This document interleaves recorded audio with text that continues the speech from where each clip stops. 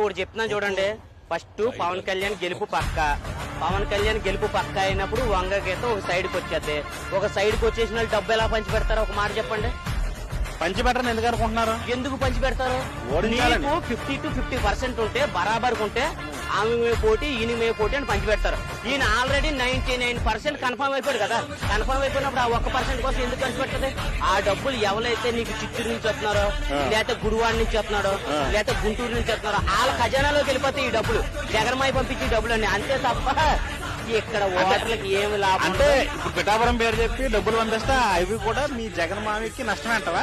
జగన్ మామికి నష్టం కాదు మాయా, నువ్వు డబ్బులు పంపించుకో. ఎందుకంటే డబ్బులు పంపిస్తే నీ ఖజానాలోంచి కొన్ని కోట్లు బొక్క.